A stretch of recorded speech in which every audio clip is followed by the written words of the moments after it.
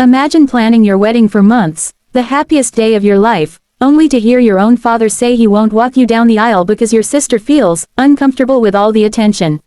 That was the day I realized where I truly stood in my family.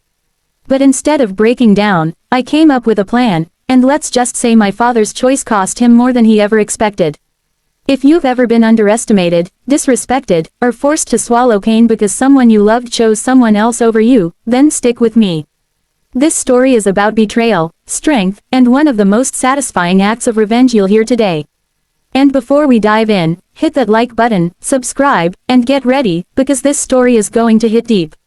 I grew up as the older of two sisters. You'd think being the eldest came with some respect or authority, but in my family, it was the opposite. My little sister, Claire, was always the golden child.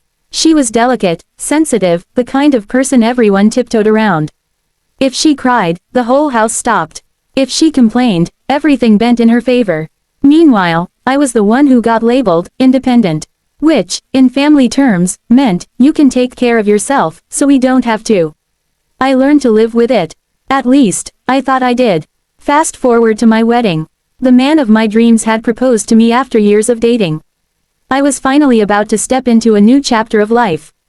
And like most brides, I had a picture in my head, my dad walking me down the aisle, proud smile on his face, handing me off with love. But when I asked him, I didn't get a smile. I didn't get warmth. Instead, I got hesitation. A pause so long it made my stomach twist. Finally, he said, "Sweetheart, I don't think I can walk you down the aisle. Your sister has been feeling uncomfortable, she doesn't like how much attention is on you." I remember blinking, trying to process the words. My wedding, my day, and somehow, my sister's feelings about attention were the priority. At first, I laughed nervously. I thought maybe he was joking. But he wasn't. He had that serious, guilty look parents get when they know they're choosing favorites but won't admit it. I asked, "So let me get this straight. You're refusing to walk me down the aisle because Claire doesn't like that I'm the center of attention at my own wedding?" He sighed. "It's just, she's been very emotional. I don't want to upset her." That was the moment, that exact second, a switch flipped inside me. Years of being overlooked, of being the strong one, of being the second choice in my own family, it all boiled over.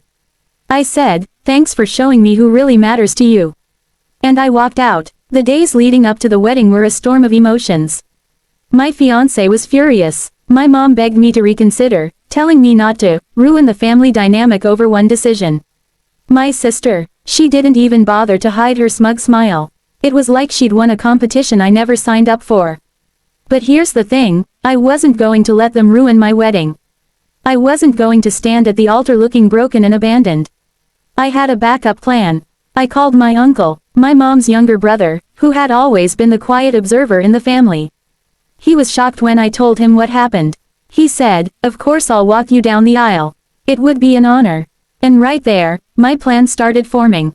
The wedding day arrived. My father sat near the front, looking stiff and uncomfortable, probably expecting me to walk down the aisle alone, looking small and humiliated. My sister was glowing in her dress, ready to soak up sympathy from anyone who'd noticed Dad wasn't beside me. But then the music started. Everyone stood. The doors opened, and there I was, arm-length with my uncles, walking down the aisle with the biggest smile on my face. The guests gasped, then clapped even louder. My uncle beamed with pride, whispering, "You look incredible." I saw my dad's face, pale, shocked, almost angry. My sister's jaw dropped. Their little plan to overshadow me had failed spectacularly. Instead of looking abandoned, I looked stronger than ever. But that wasn't the end of it. During the reception, I gave a speech. I thanked everyone for coming, thanked my new husband, thanked my friends who had been there for me through everything. Then, with the microphone still in my hand, I said, "I also want to thank someone very special who stepped up when someone else let me down. Uncle Mark, thank you for walking me down the aisle today. You've shown me that family isn't about titles or blood. It's about who stands by you when it matters most." The room erupted in applause. My uncle wiped his eyes. And my dad, he looked like he wanted the floor to swallow him whole. But the real blow came after. In the weeks following the wedding, I went low contact with my parents.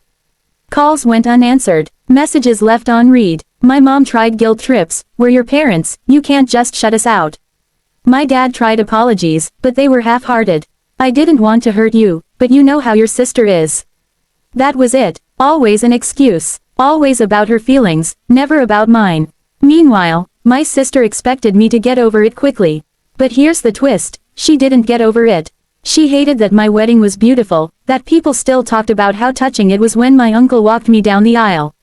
She hated that she wasn't the center of attention after all. And in her bitterness, she started lashing out at my parents. Why didn't you do more to make me feel included? She'd demand. Why did you let her embarrass us like that? The very people my dad bent over backwards to please were now turning on him. My mom confessed months later that family dinners became shouting matches.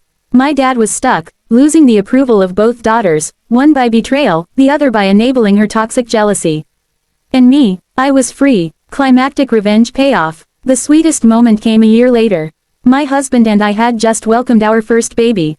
We had a small celebration with close friends and, of course, my uncle and his wife were there, proudly holding the baby like grandparents.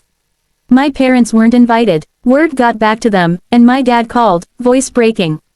He said, I feel like I've lost both my daughters. And I told him the truth. You didn't lose us. You chose who mattered to you. And it wasn't me. Actions have consequences, Dad. Silence. That heavy kind of silence where you know someone is finally facing the truth.